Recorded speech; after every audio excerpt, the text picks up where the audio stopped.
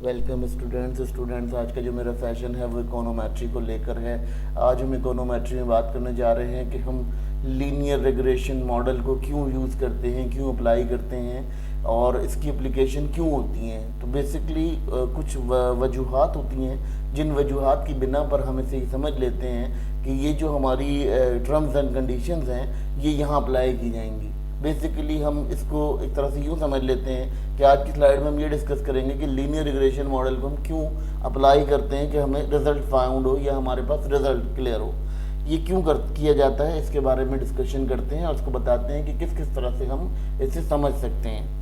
देखिए स्टूडेंट, सबसे पहली चीज़ आ जाती है linearity of relationship. Linearity of relationship का मतलब ये होता है कि आपके पास जो वेरिएबल्स मौजूद हैं, जैसे डिपेंडेंट और इंडिपेंडेंट वेरिएबल हैं, वो एक लाइन क्रिएट करें और उसके अंदर एक लिनियर रिलेशनशिप बिल्ड हो तो आपका जो रिग्रेशन मॉडल है वो वहाँ लग जाएगा। और इसकी इम्प्लीकेशन इस सूरत में भी बहुत इंपॉर्टेंट हो जाएगी क्योंकि आपका जो प्रिडिक्टर होगा वो आपके डिपेंडेंट वेरिएबल से जो है वो बहुत ज़्यादा कोलैब करता होगा, कैलिब्रेट करता होगा, जिसकी वजह से क्या होगा कि एक लीनियर रिलेशनशिप बिल्ड होगा। उस लीनियर रिलेशनशिप को बिल्ड करने की वजह से क्या होगा कि हमारे पास ये देखने को मिलेगा कि हमारा जो सिस्टम है वो किस तरह से गवर्न कर रहा है।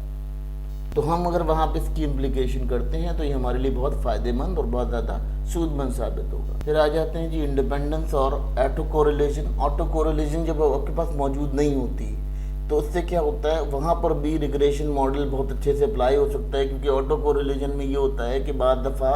कुछ ऐसे डिपेंडेंट और इंडिपेंडेंट वेरिएबल होते हैं जो एक दूसरे के साथ बहुत ज़्यादा रिपीटेडली कोरिलेट करने लगते हैं। जब कोरिलेट करने लगते हैं तो उससे क्या होता है, उससे जो आपका एक्सप्रेशन होता है वो प्रॉपर वे में काम नहीं करता। अब अगर हम देख लेते हैं कि अगर हम इसका इम्प्लीकेशन इसलिए भी करते हैं क्योंकि जहाँ पर ऑटो कोरिलेशन नहीं होगी, जहाँ पर एरर टर्म्स की एक मात्रा कम होगी, यानी कहना चाहिए कि उसकी मकदार कम होगी एरर टर्म्स की, तो उस सूरत में जो है वो हमारे पास यहाँ देखने को मिलता है कि हमारा जो सिस्टम है वो किस तरह से गवर्न कर रहा है। इसीलिए भी हम यहाँ पर जो है वो यूज़ करेंगे रिग्रेशन एनालिसिस को। अब बात करते हैं जी होमोसेडेसिटी की। होमोसेडेसिटी जब आपके पास मौजूद होगी तो उसमें क्या होगा कि आपका एरर टर्म जो होगा वो एक कांस्टेंट एरर टर्म होगा। उसको हम ऐसे समझ लेते हैं कि हमारे पास जो एरर होंगे उनका एक कांस्टेंट वेरिएबल होगा, उस वेरिएबल के अकॉर्डिंग ही वो उसको डील किया जाएगा। यानी हमें ये नहीं होगा कि हमारा एरर जो फ्लक्चुएट हो रहा होगा, तो हम वहाँ भी रिग्रेशन लीनियर मॉडल को अप्लाई करेंगे जिससे हमारा जो एनालिसिस है वो बहुत बेहतरीन और हमें जिसमें कहना चाहिए कि उसमें क्लियर विजन हमारे बारे में, हमारे मॉडल के बारे में मिल जाएगा। और जो हमें प्रिडिक्टर मिलेगा वो प्रिडिक्टर भी बहुत ज़्यादा अथेंटिक होगा जब हमारे पास होमोसेडेसिटी मौजूद नहीं होगी। ठीक है, जब हम देख लेते हैं यहाँ पर ये कंडीशन को देख लेते हैं तो ये कंडीशन कुछ इस तरह से होती है कि जहाँ एरर आपका कांस्टेंट है, तमाम एरर्स जो हैं वो कांस्टेंट वे में ही आ रहे हैं, तो वो क्या कंडीशन होगी, अक्रॉस द बोर्ड जब वो कंडीशन होगी तो वहाँ पर इकोनॉमिक एनालिसिस का जो रिग्रेशन लीनियर मॉडल है वो अप्लाई किया जाएगा। अब लीनियर मॉडल का इस्तेमाल कहाँ होगा? अब लीनियर मॉडल का इस्तेमाल जो होगा वो कहाँ होगा, उसका बेसिक इस्तेमाल होगा जब हमारे पास नो परफेक्ट मल्टी कोलिनियरिटी मौजूद होगी। यानी हमारे पास क्या होगा, हमारे पास कोई भी जो हमारा प्रेडिक्टर्स होगा वो हमारे डिपेंडेंट वेरिएबल या इंडिपेंडेंट वेरिएबल से कैलिब्रेट नहीं करता होगा। ठीक है, अब हम इसको से समझ लेते हैं कि जब एप्लीकेशन करते हैं, जब इनको अप्लाई करते हैं तो हमें ये देखने को मिलता है कि कई ज़्यादा वेरिएबल्स जो हैं वो एक दूसरे से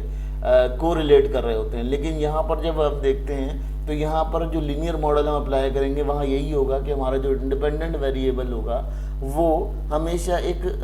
यूनिक वे में आएगा, और अगर वो यूनिक वे में नहीं आता है और वो किसी से मर्ज हो जाता है तो जो उसका आंसर होगा या उसका रिजल्ट होगा वो आपके पास जो है वो एक यूनिक आंसर आएगा और आपको उसके अंदर पैरामीटर्स का अप्लाई करना पड़ेगा, जिससे आपका जो है वो थ्योरिकली आपके पास बहुत लंबा जो इसका आंसर आएगा जिसको आप इजीली प्रिडिक्ट नहीं कर पाएंगे या उसको स्टडी नहीं कर पाएंगे। इस वजह से जब रिग्रेशन मॉडल को लिनियरली इस्तेमाल किया जाता है एनालिसिस के तौर पे, तो वहाँ ये देखा जाता है कि वहाँ कोई मल्टी कोलिनियरिटी मौजूद ना हो। अब जो नेक्स्ट असम्पशन है जिससे हम इसको एनालाइज करते हैं वो है जनाब आपका नॉर्मलिटी। नॉर्मलिटी की क्या कंडीशन है कि आपके जितने भी एरर्स होंगे वो नॉर्मली डिस्ट्रीब्यूटेड होंगे। अगर वो एरर नॉर्मली डिस्ट्रीब्यूटेड होते हैं तो उस सूरत में क्या होगा कि आपका जो रिजल्ट होगा या आपका जो टी टेस्ट या एफ टेस्ट का जो रिजल्ट आ रहा होगा वो रिजल्ट बिल्कुल एक्यूरेट आएगा। बेसिकली ये हाइपोथेसिस के लिए बहुत इंपॉर्टेंट होता है, और अगर हम इसको देखते हैं तो ये इम्पोर्टेंट तो हाइपोथेसिस के लिए है, मगर अगर हम इसमें जबकि हम ये देखते हैं कि अगर हम उसको अप्लाई करें लार्ज डेटा के ऊपर तो ये इतना एफिशिएंट नहीं होता। अगर हम देखें कि हमारे पास लार्ज साइज ऑफ सैंपल है तो हम क्या करेंगे, हमारे पास लार्ज साइज ऑफ सैंपल होगा तो हम इसको क्या करेंगे, इसको वहाँ अप्लाई करेंगे, और अगर ये वहाँ आ भी रहा होगा तो ये वहाँ पर हाइड हो जाएगा डिफरेंट वेरिएबल्स के पीछे, क्योंकि जब हम लार्ज अमाउंट ऑफ डेटा को जब हम कवर कर रहे होते हैं तो ये हमारे पास ऑटोमेटिकली गायब हो जाता है। लेकिन बहरहाल इसका एक एग्जम्पशन ये भी होता है कि जितने भी एरर्स हैं वो नॉर्मली डिस्ट्रीब्यूटेड हो और उनकी जो डिस्ट्रीब्यूशन हो वो नॉर्मलिटी के थ्रू हो। अब बात करते हैं जी, एक और इकोनोमेट्रिक टर्म होती है जो कहते हैं नो इंडोजिनाइटी। नो इंडोजिनाइटी का मतलब ये होता है कि आपका जो प्रिडिक्टर होता है वो आपकी टर्म ऑफ इंडिपेंडेंट से जो है वो मिले नहीं, मर्ज नहीं हो। अगर वो उसके साथ मर्ज होता है तो वहाँ पर आपका क्या होता है कि वहाँ पर हम लीनियर रिग्रेशन मॉडल को अप्लाई नहीं कर सकते, ये एक एग्जम्पशन है। फिर इसको क्या कंडीशन है कि क्यों ऐसा होता है, इसकी बेसिकली होने की वजह ये होती है कि आपका जो वेरिएबल होता है वो इंडिपेंडेंट वेरिएबल अगर किसी एरर टर्म से डिपेंडेंट हो जाए, यानी उसके साथ बहुत ज़्यादा मर्ज करे अपनी वैल्यूज़ को, तो उस सूरत में क्या होता है कि यहाँ पर आपको बायस्ड यानी एक माइल शुदा एक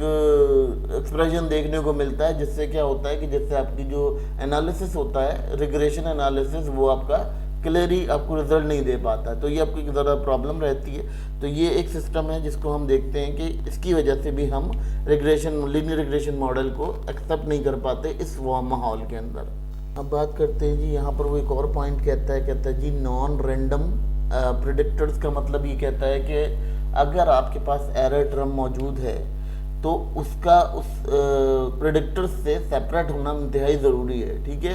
उसमें क्या होगा कि आपके पास नॉन रैंडम एरर्स जो होंगे वो प्रेडिक्टर से मर्ज नहीं होंगे। बेसिकली इसको असम्पशन का ये कहना है, इसको हम समझ ऐसे सकते हैं कि ये जब आप असम्पशन आप किसी के ऊपर लगाते हो किसी जगह पे, तो ये एनालिसिस क्या इंश्योर करता है,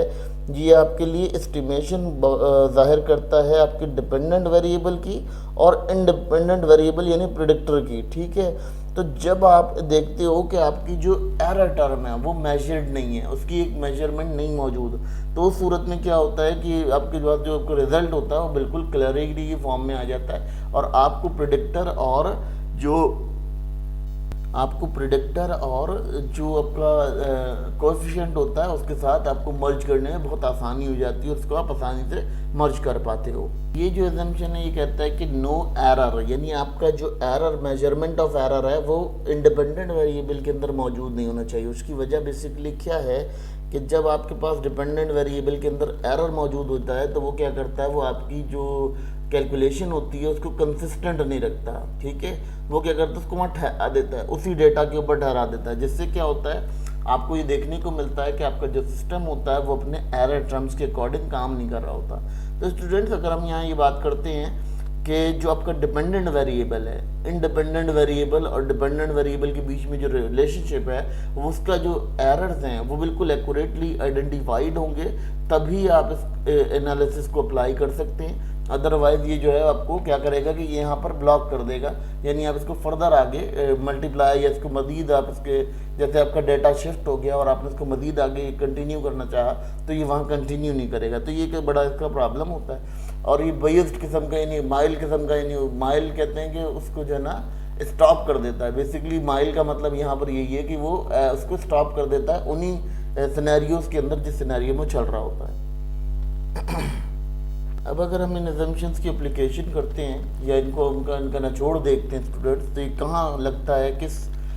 जगह पे जाके हम इसको अप्लाई करते हैं, तो ये चीज़ है OLS के अंदर, ऑर्डिनरी लीस्ट स्क्वायर मेथड के अंदर जब हम देखते हैं तो ये बहुत कॉमन मेथड होता है। जब इनमें से कोई एक असम्पशन हमारे पास मिसप्लेस हो जाए या किसी असम्पशन की कोई,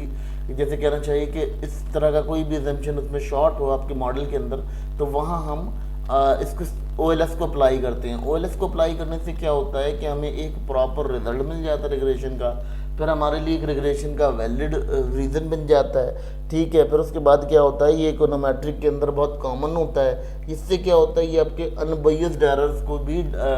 क्लैरिफाई कर देता है, आपके अनबायस्ड एरर्स को भी कम कर देता है। तो ये भी इसकी बहुत ज़्यादा एडवांटेज होती है जिसको हम यहाँ डिस्कस कर रहे थे। स्टूडेंट्स, ये तमाम बातें इसलिए बताई गई हैं आपको कि आप जबकि रिग्रेशन एनालिसिस का इस्तेमाल करेंगे तो किन सूरतों में इस्तेमाल करेंगे, इनका इस्तेमाल कैसे किया जाएगा और क्यों किया जाएगा, ये बातें आपको समझना इसलिए ज़रूरी है क्योंकि बीइंग इकोनॉमिस्ट आपके लिए बहुत ज़्यादा इम्पॉर्टेंट है कि जब आप कभी भी कोई एनालिसिस दे रहे होंगे, उस एनालिसिस के अंदर आपका जो रिज़ल्ट होगा वो परफॉर्म करता होगा आपके बिहेवियर्स पैटर्न को, जिसकी वजह से क्या होगा, आपको ये देखने को मिलेगा कि आपका सिस्टम जो है वो गवर्न नहीं कर रहा। ठीक है, अब यहाँ कंडीशन क्या होगी, यहाँ पोजीशन ये डिस्टर्ब हो जाएगी कि आपके पास सिस्टम जो हालात पे कर रहा होगा वो हालात इस तरह से डील नहीं कर रहे होंगे जिस तरह से वो डील कर पाते हैं। तो यहाँ कंडीशन आपके पास ये आ जाएगी। तो स्टूडेंट्स, ये तमाम बातें आपको इसलिए बताई गई हैं ताकि बीइंग इकोनॉमिस्ट आप इसको डील कर सकें और इसको अच्छे से समझ सकें।